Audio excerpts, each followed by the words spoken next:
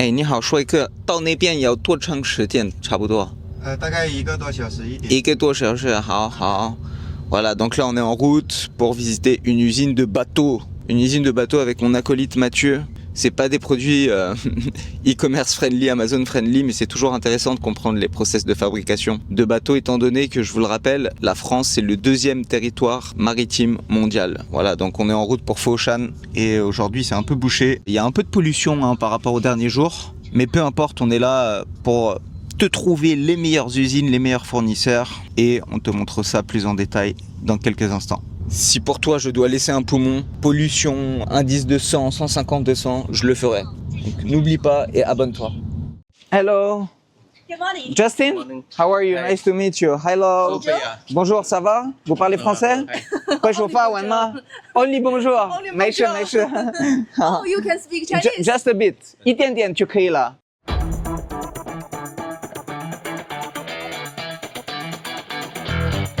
Vous êtes beaucoup d'importateurs à me demander d'importer des bateaux. Mais les bateaux, c'est pas des choses qu'on va sourcer sur Alibaba. Moi, c'est hors de question que je commande un bateau pour un client qui soit en France ou dans les dom-toms et que je vienne pas voir ce qui se passe sur place. Donc là, on est sur une entreprise assez sérieuse qui a plus de 40 ans d'expérience, qui a commencé sur une production de caravanes. 等一下，1分钟就可以了。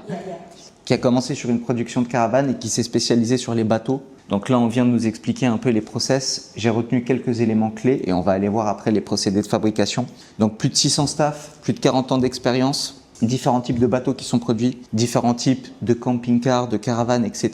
Moi, ce qui me plaît déjà ici, c'est qu'ils ont une grosse équipe d'ingénieurs. Ça veut dire que le client, il peut avoir une idée de produit et être aiguillé par un ingénieur qui va l'aider à conceptualiser le bateau, bien évidemment selon les normes européennes, etc. Donc ici, il s'attaque principalement au marché américain, européen, donc toute la question des normes, etc. Tout ça, c'est bien. Et il y a une information qui est très importante et qui montre la prospérité économique de l'entreprise. Vous savez, les Chinois aujourd'hui, depuis le Covid, ils ont des baisses de chiffre d'affaires, etc.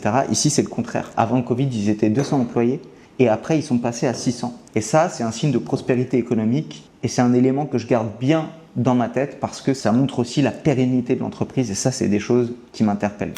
Donc ici, on est dans l'atelier de coupe. Vous voyez qu'il y a des machines qui vont couper l'aluminium et l'acier pour la production des bateaux. Alors le choix de la matière première dépend tout simplement du choix du client. So the customer can choose stainless steel or aluminium and you have all the machine for the cutting, right? Yes. Ok. Parce que comme je vous ai dit tout à l'heure aussi, il y a des bateaux qui sont faits sur mesure. Donc forcément, ils ont toutes les machines nécessaires à la découpe de cette matière première. Donc là, on est dans un entrepôt qui va couper l'aluminium ou l'acier et qui va également procéder à la courbure. D'accord? Bien évidemment, faut procéder à une certaine courbure pour la conception des bateaux. So here is the bending machine, right? Ok.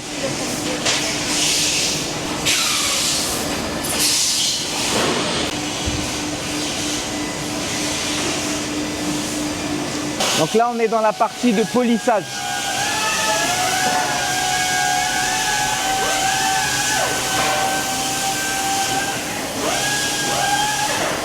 Donc là-bas, on a l'atelier de découpe, ensuite on a la courbure, ensuite le polissage et ici la soudure.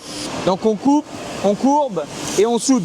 En gros, c'est ça le process de fabrication, étape par étape. C'est ce qu'elle vient de nous expliquer et c'est ce qu'on vient de voir dans cet entrepôt. Donc là, on est dans l'entrepôt qui va concerner la production de bateaux et de caravanes. Là-bas, c'était juste pour les accessoires, ce que vous venez de voir. Donc ici, vous avez la partie soudure. Là, vous avez la partie juste derrière de pré-traitement avant de passer à l'étape de la peinture, d'accord, qui est juste ici, qui est juste derrière là. Voilà. Là, ça va être tout ce qui est peinture.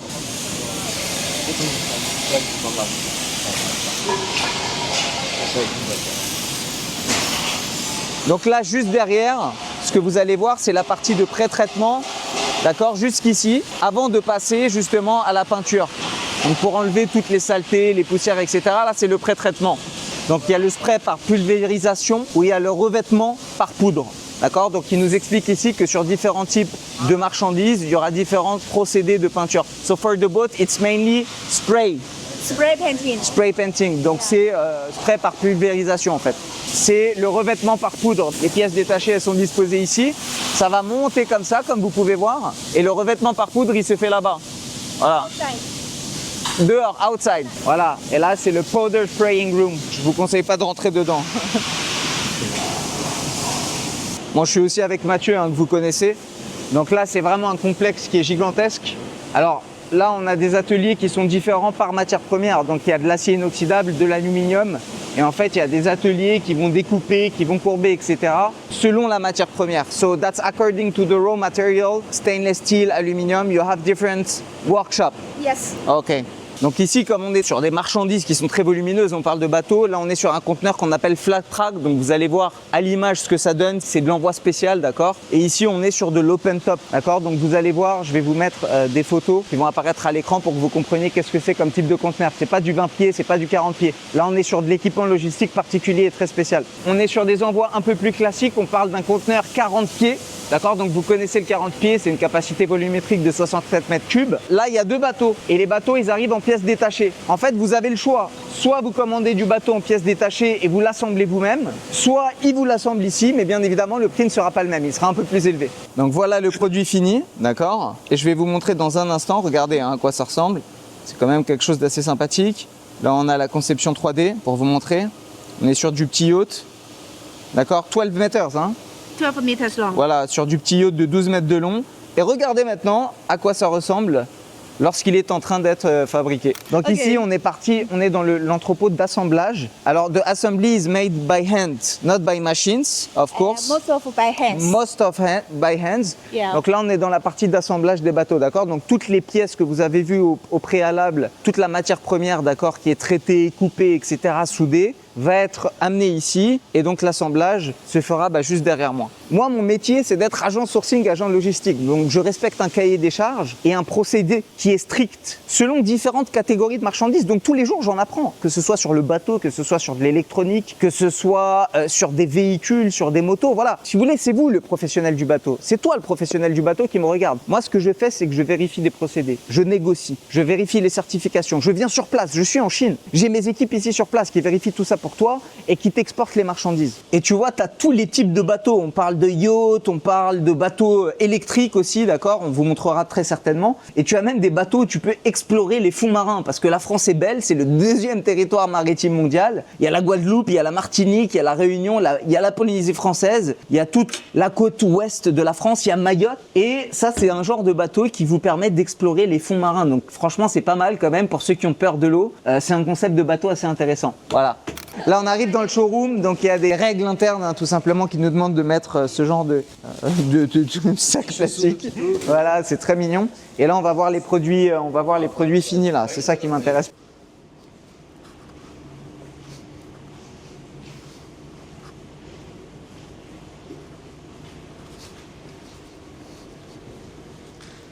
Alors là, on est sur des bateaux entertainment, donc le mot m'échappe en français, mais en gros, on est sur des bateaux 100% électriques qui font à peu près 5 mètres de long. Et vous voyez, il y a des espaces où vous pouvez vous relaxer, un petit banc, une petite banquette, voilà, où vous pouvez vous relaxer et profiter d'un bon moment avec vos amis. Alors ça, c'est un bateau qui est plus adapté à la rivière. Pourquoi ? Parce que dans ce genre de territoire maritime, si je puis dire, eh bien, parfois les moteurs ne sont pas acceptés et les bateaux à essence ne sont pas acceptés. Donc ici, pour une raison écologique, on est sur des bateaux électriques. Donc si vous êtes parisien, pour pas embêter Madame Hidalgo, utilisez ce bateau, vous pourrez naviguer dans la Seine sans être embêté. Donc là, on est sur le bateau le plus populaire, c'est le hot sell de cette usine. Ce qui est bien ici, c'est que donc on est sur un bateau à essence, d'accord, vous pouvez voir ici, mais si vous voulez le mettre en mode électrique, c'est possible, ils peuvent vous le faire. Donc venez, on va voir ça de plus près un peu, c'est le produit qui est le mieux vendu, le bateau qui est le mieux vendu.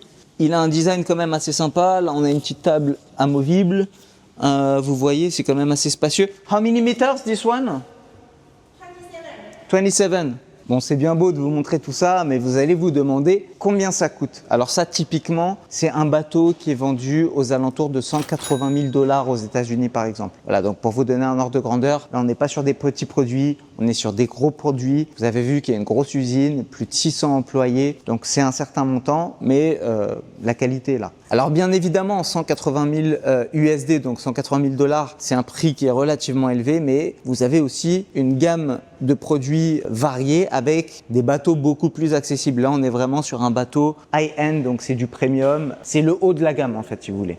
Alors là, vous voyez, je vous rappelle, en guise de rappel, cette usine produisait dans un premier temps des caravanes. Donc vous voyez autour de vous, là, il y a tout un tas de produits qui sont liés à cet univers. Alors regardez ici, on est sur un produit quand même assez intéressant. Venez voir par ici. En fait, c'est une petite structure qui est dépliante et que vous pouvez accrocher à votre voiture, donc juste ici. D'accord. Et l'avantage, c'est que c'est un petit produit qui est pas cher pour ceux qui n'ont pas forcément le budget d'acheter une caravane ou un camping-car. C'est pratique, c'est facilement transportable. Vous voyez, il y a quand même une différence de taille entre ça et ça. Et l'avantage, c'est que comme je vous dis, ça se déplie et vous pouvez tout simplement en faire un petit... Can I go inside? Yeah. Et vous pouvez tout simplement en faire un espèce de petite cabine où vous pouvez dormir. Voilà, donc c'est pas cher, c'est petit, c'est pratique. Vous pouvez l'accrocher à votre voiture et vous pouvez vous relaxer tranquillement. Voilà. Donc le gros avantage aussi, c'est que ça répond à une problématique d'espace pour les citadins. Parce que c'est quelque chose que vous pouvez facilement garer dans un parking, d'accord? Pour tous ceux qui habitent en ville, on n'a pas forcément l'espace de garer une grosse caravane ou un espèce de petit van Volkswagen qui est un peu à la mode en ce moment, on va dire. Voilà, là ça répond à une problématique d'espace. 21 foot? Yes. With a queen bed, so can sleep 5 or 6 people. 5 or 6 people, donc Yes. 5 ou 6 personnes, la capacité, petite caravane avec des petits lits superposés pour les enfants. Vous pouvez voyager en famille, la douchette, tout ce qui va avec, les toilettes bien évidemment. Un bel investissement. People don't like kitchen inside. Yes. There is a slide out kitchen. Et ouais, bien évidemment, pour éviter les problématiques d'odeur, étant donné que c'est une petite caravane et que ça peut vite sentir très fort, eh bien vous avez la petite cuisine amovible extérieure. Donc voilà un autre type de produit, toujours dans l'univers du camping. Ce sont truck camper, hein. Donc en anglais, on trouvera le mot en français. Mais en gros, c'est quelque chose que vous pouvez mettre sur votre van, sur votre pick-up. Et regardez quand même à l'intérieur, hein, c'est une mini-maison. Très concrètement. Donc voilà, ce genre de produits, je vous rappelle qu'ils sont aussi spécialisés dans tout ça. Hein. Voilà, petite kitchenette, petit lit, petite vue panoramique si vous voulez regarder les étoiles avec votre douce ou votre compagnon le soir. And toilet inside also? Yes. This is toilet. Let me please. Okay, very nice. Thank you. Le micro-ondes. Et regardez, voilà, c'est comme ça de l'extérieur. Donc voilà comment ce sera disposé. Donc là, on est vraiment sur un mode de fonctionnement B2B. Hein. Leurs clients à cette usine, vous avez compris que c'est une grosse usine avec des grosses capacités de production, des grosses infrastructures, des gros investissements. Donc c'est du B2B. Donc si vous êtes grossiste et que vous voulez importer ce genre de produit pour revendre à vos clients, eh bien c'est possible de contacter Sino Sourcing qui mettra en place une solution clé en main pour vous. Et vous avez aussi dans cet univers les tiny house. Donc ici, on a véritablement un mini studio qui peut rentrer dans un conteneur 40 pieds que vous pouvez déplacer. Regardez, hein. On est ici sur une tiny house amovible avec des roues. Et regardez par ici, vous pouvez l'accrocher à votre camion ou à votre van ou même à votre voiture, me dit-elle. On vérifiera ça. Mais en gros, c'est quelque chose que vous pouvez déplacer. Regardez la fonctionnalité avant que je vous montre à l'intérieur. C'est que c'est amovible. Vous voyez ici cette partie-là. Ça s'imbrique dans cette structure que vous voyez juste ici. Donc ça peut réduire de taille. Et regardez, je vais vous montrer à l'intérieur également parce que c'est quand même assez impressionnant. Voilà, c'est vraiment un petit studio parisien là, hein, pour le coup. Voilà, petite cuisine, petit séjour, un lit tranquille. Et bon, qu'est-ce qu'il vous faut de plus? Là, vous avez les toilettes naturellement, la douche. Donc vraiment tout ce qu'il vous faut. Bon, on vient de finir la visite.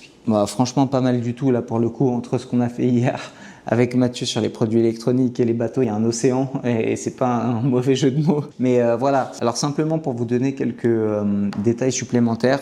Très important quand on achète des marchandises qui représentent plusieurs dizaines de milliers d'euros. La première question qui nous vient à l'esprit, c'est les garanties. Que ce soit sur des bateaux ou des caravanes, on a des garanties de 3 ans sur les accessoires. Sur le bateau ou sur la caravane, s'il y a des problèmes techniques, on parle d'1 an de garantie. Aussi pour la personnalisation, si vous voulez faire votre bateau avec votre marque, votre logo ou peu importe, on peut parler de MOQ d'une seule pièce parce que c'est des montants qui sont relativement élevés. Sur les conditions de paiement, on est à 40-60, 40% d'acompte, 60% avant la livraison. On est dans des conditions FOB Shenzhen ou FOB Guangzhou, mais comme j'ai l'habitude de vous le répéter, c'est préférable de faire Shenzhen pour vous. Pour toi, c'est moins cher d'importer depuis Shenzhen que depuis Canton. Et autre question très importante, l'exclusivité. Alors c'est possible de le faire si tu veux avoir l'exclusivité sur le marché français. Par contre, il faudra s'engager sur un minimum order quantity, donc sur un certain volume de commandes. Une autre question aussi, les délais de production.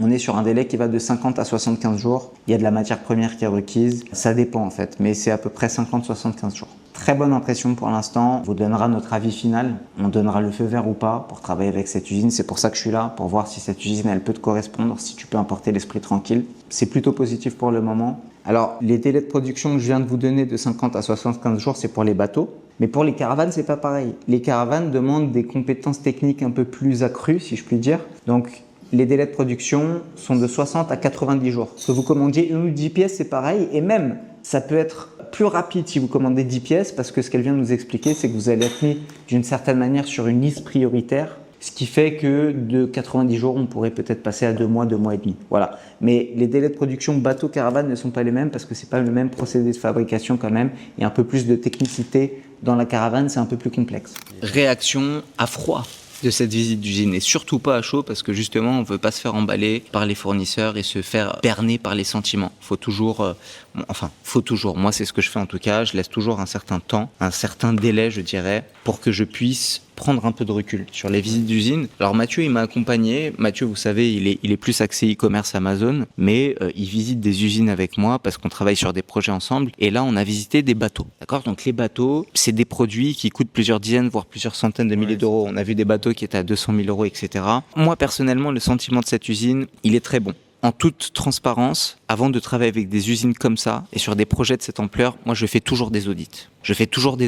Donc un audit en guise de rappel, c'est vérifier la fiabilité d'un fournisseur avant même de passer commande. Et pour ce genre de produit, il est impératif d'envoyer des professionnels réaliser des audits. Cela n'empêche qu'on se rend sur place et qu'on va voir les fournisseurs et que nous-mêmes, on vérifie certains éléments avec eux.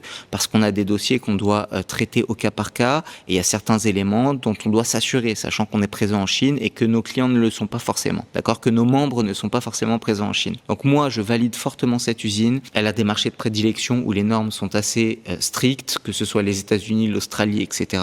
On a vu qu'il y avait un département recherche et développement, qui avait des ingénieurs, qui avait vraiment un process maîtrisé sur toute la chaîne de valeur, de la sélection de la matière première qui est dans la région du Guangdong, à la soudure, à la découpe des matériaux, etc., etc. Donc voilà, moi je valide cette usine et très concrètement, c'est une usine avec laquelle j'aurai aucun problème à travailler à l'avenir, que ce soit pour des demandes de bateaux ou alors sur la niche du camping-car, de la caravane, etc. Parce que c'est vrai que ce qu'ils nous expliquaient, c'est qu'ils ont commencé il y a 40-60 ans dans cet univers. Ils ont commencé par les caravanes, puis par les bateaux. En tout cas, sentiment très positif. J'ai vu de mes propres yeux comment ils travaillaient. J'ai discuté avec les fournisseurs. Vous avez vu certains de ces échanges, mais il y a aussi beaucoup d'échanges qu'on a eu hors caméra. Et pour ma part, je valide. Est-ce que toi, Mathieu, tu as quelque chose à dire? Parce que tu as quand même aussi aujourd'hui un œil assez aiguisé, je dirais, sur la visite d'usine. Tu comprends le process, tu comprends un peu comment ça fonctionne. Avec toutes les usines qu'on visite, toi, est-ce que tu as un petit mot à dire? Quel est ton sentiment? Par rapport à toutes les visites qu'on a vues et selon le processus qui a été mis en place au sein de chez Sino, qui est le même pour toutes les usines, effectivement, ça a été très fluide dans la validation. Alors, on voit que c'est très professionnel et qui s'adresse à une clientèle vraiment internationale. On l'a vu dès l'accueil, dès la présentation et au-delà de l'usine même, c'est le showroom aussi qui était vraiment impressionnant. On a vu une multitude de bateaux, de camping-cars. Il faut savoir que c'est pas forcément des choses qu'on voit tous les jours à ce niveau-là. Et puis pour le petit côté e-commerce, ça m'a donné envie de m'intéresser à ces niches. Alors celle du plein air, je la connaissais des caravanes, il y a tout un écosystème autour. Et les bateaux, en fait, ça m'a donné envie de m'intéresser à ça parce que c'est vrai que c'était des beaux produits. Et en fait, à chaque côté, il y a un petit canapé, une petite kitchenette. Et en fait, ça donne plein d'idées autour de ça. Et voilà, le processus a été vite validé. Pendant la caméra et hors caméra aussi, il y a eu beaucoup d'échanges. On a été très bien accueillis. Et franchement, comme vous l'a dit Jean, si vous avez des projets comme ça d'envergure, je la recommande fortement aussi. Et voilà, tout simplement, je suis très content aussi de cette visite, même d'un point de vue, j'ai envie de te dire culture générale, parce que c'est vrai que on a parlé de choses très techniques, et voilà.